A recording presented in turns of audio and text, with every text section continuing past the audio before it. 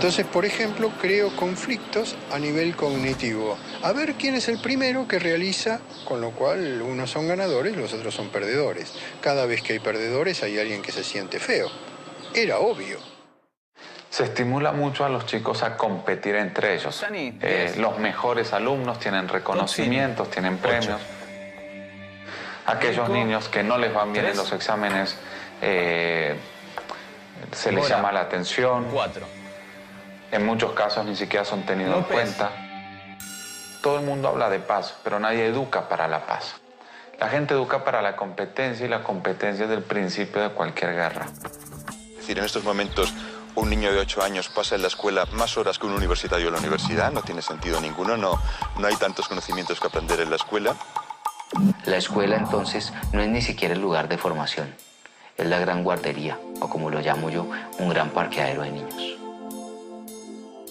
Pienso que son cárceles, ¿no? O sea, pienso que es horror pensar que hay que encerrar a los niños, que hay que tener guardias ahí custodiándolos para que no se escapen. Y entonces cada vez se encierra más, cada vez le hacemos muros más altos, los muros pueden ser de ladrillo o de árboles, pero igual son muros que aíslan, que separan. De esta manera, si te fijas, cada vez, a medida que van creciendo los niños, van perdiendo su curiosidad y sus ganas de aprender. Un niño de 12 años difícilmente cuando sale de la escuela toma un libro. Son los mínimos los que hacen estos.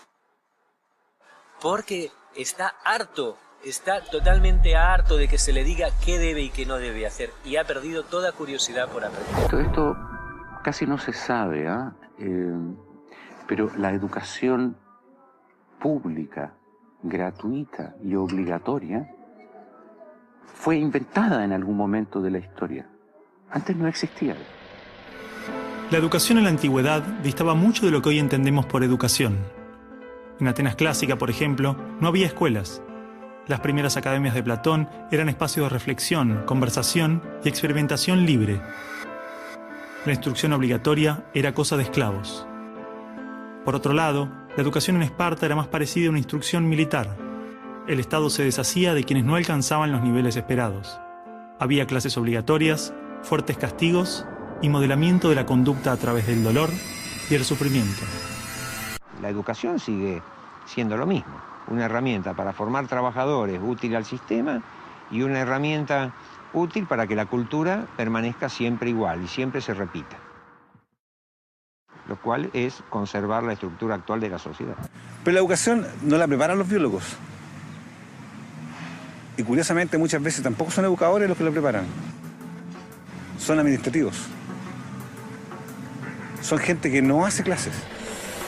No hay niño que no sea sistemático en la observación. No hay niñita pequeña que esté observando que no genere experimentos. ¿Cómo podemos hacer para que sean más creativos? Ellos ya lo son. Lo único que tenemos que hacer es ofrecerles las posibilidades para que la puedan expresar de diferentes maneras. Si siguen haciéndolo, mañana van a ser científicos. Mañana van a ser artistas. Hay que dejarlos. Y el estudiante cree que lo único que tiene que hacer es repetir, repetir, repetir, hasta que eso se le meta en la cabeza. Cuando yo repito algo que me dicen que tengo que repetir, simplemente me transformo en un repetidor. Ácido desoxirribonucleico. Ácido desoxirribonucleico. Ácido desoxirribonucleico. Comprenda o no comprenda, no interesa. Porque lo que importa es que yo diga de la misma manera lo que está dicho. Ácido desoxirribonucleico. Ácido desoxirribonucleico. Si yo le exijo a un niño más de lo que él puede dar, empiezo a generar estrés en este niño. Ácido desoxirribonucleico. Ácido desoxirribonucleico. Ácido desoxirribonucleico. Ácido desoxirribonucleico. Ácido desoxirribonucleico. Aprender se convierte en un proceso fastidioso, en un proceso difícil y dejo de aprender. Todo lo que tú puedas aprender en el colegio, en el día a día, pasa a segundo plano si no es parte de tu decisión, si no es parte de tu opción. Son conocimientos fríos, son palabras que pueden irse con el tiempo. La información o el saber podemos almacenarla en nuestro cerebro, un libro o una computadora. Pero la comprensión es una herramienta en constante crecimiento, con características únicas que varían según cada persona. Implica crear y establecer relaciones entre criterios, y así resolver problemas. Y construir nuevos conocimientos. Pensar que el bosque, si no lo cuidamos, se estropea. El bosque, con dejarlo tranquilo, es suficiente. Siempre, todo lo que tenemos de bosque es porque el ser humano no ha intervenido. Pero el ser humano cree que interviniendo hace más, hace mejor las cosas. Había un jardinero que tenía tanto amor a las plantas y entonces las cuidaba tanto que iba allí y en cuanto empezaban a brotar, iba estirando del tallo. ¿Qué sucedió? Todas o se deformaron o murieron. O sea, el crecer es innato. No tienes que estirar a nadie, no tienes que hacer que saque nada. Solo tienes que procurar que le llegue lo necesario. Actúo porque si hago esto, conseguiré un premio, tendré un coche de esta manera y tal. Y si esto significa que tengo que especular o que tengo que pasar por encima de quien sea, tengo que mentir y tengo que pisotear al que tengo al lado, me es igual. ¿Esto qué tipo de relación educativa lleva esto? Un tipo de relación educativa que pone el énfasis en el resultado. Al crecer, la escuela y la sociedad nos llevan a asumir motivadores externos para alcanzar los objetivos. Y difícilmente podemos entender que alguien pueda realizar algo sin interés, más que el propio placer del proceso. Pero un niño pequeño no tiene un lugar a donde ir, simplemente disfruta de crecer, camina por el simple placer de caminar y explorar, y esto lo hace desarrollarse. Su motivación no está en el objetivo ni en el resultado, está en el camino. Si me obligan a hacer toda una serie de cosas con las cuales yo no estoy para nada interesado, aunque se me intente motivar extrínsecamente a través de premios, castigos, notas o caramelos, mi necesidad puede ser otra. Pero esta necesidad yo no la puedo atender porque se me está obligando a hacer otra cosa. Con lo cual yo voy perdiendo cada vez la conexión con mis propios recursos, con mi propia fuerza vital. Los premios y castigos operan manipulando las necesidades básicas. Cuando no recibimos amor o protección, hacemos lo posible para obtenerlos, generando mecanismos de conducta y comportamientos que nos permiten sobrevivir. Nos condicionamos. Ese niño no estudia para aprender, no trabaja por placer, ni para realizarse. Lo hace porque si no pierde la seguridad, el amor, siente que muere. Todo su accionar pasa a estar controlado por el miedo. De alguna forma lo que se hace en la escuela actual, estoy generalizando, es sembrar ese miedo. Se pone límites a la persona en vez de todo lo contrario. Y poner límites es el miedo.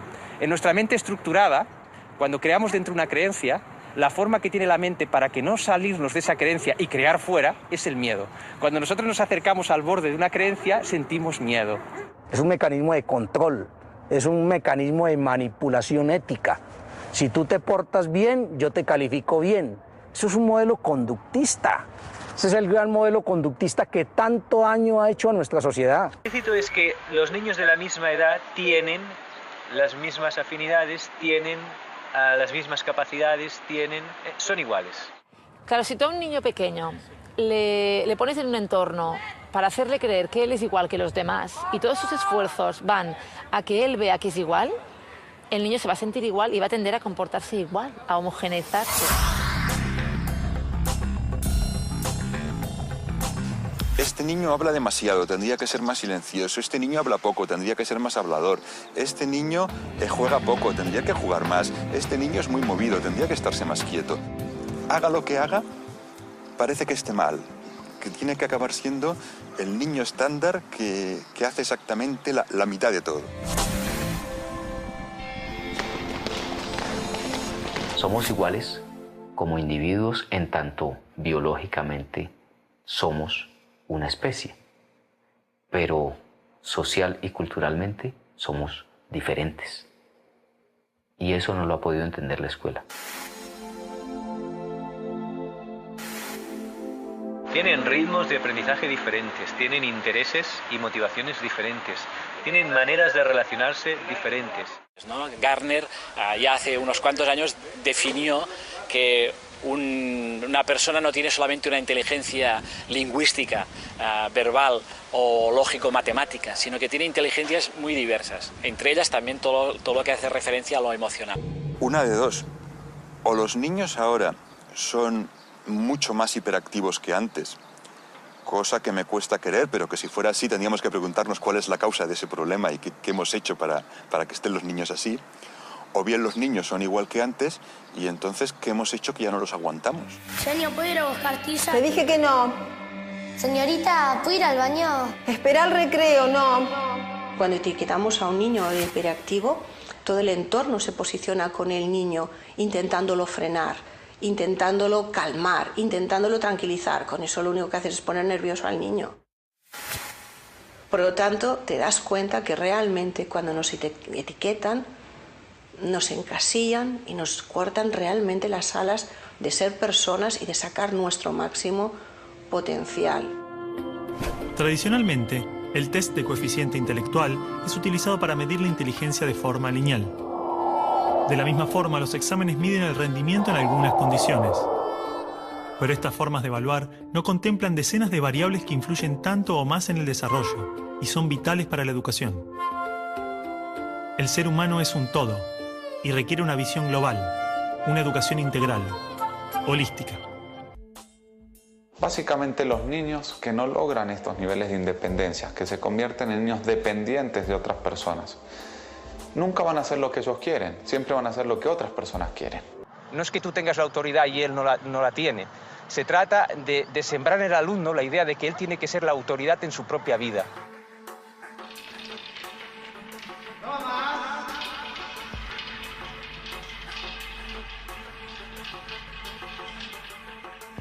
Un 3, Romero. Nosotros creemos que las notas son totalmente subjetivas e imperfectas. Primero porque no hay un docente que evalúe igual a otro. Ante cada trabajo es el niño el que tendría que evaluar cómo se siente con ese trabajo. Si está satisfecho, si le parece que podría haberlo mejorado más. Antiguamente, los niños aprendían en sus hogares, trabajando con sus padres, de sus quehaceres diarios, del día a día. Todo lo aprendían de compartir con sus padres y la comunidad. La escuela debía acompañar ese proceso. Pero muchas familias han perdido esta confianza en sí mismas. La confianza en que su propio instinto puede decirles cómo criar y educar a un niño. Como lo hemos hecho miles de años. Parece que los padres piensan que criar a un hijo es una actividad profesional.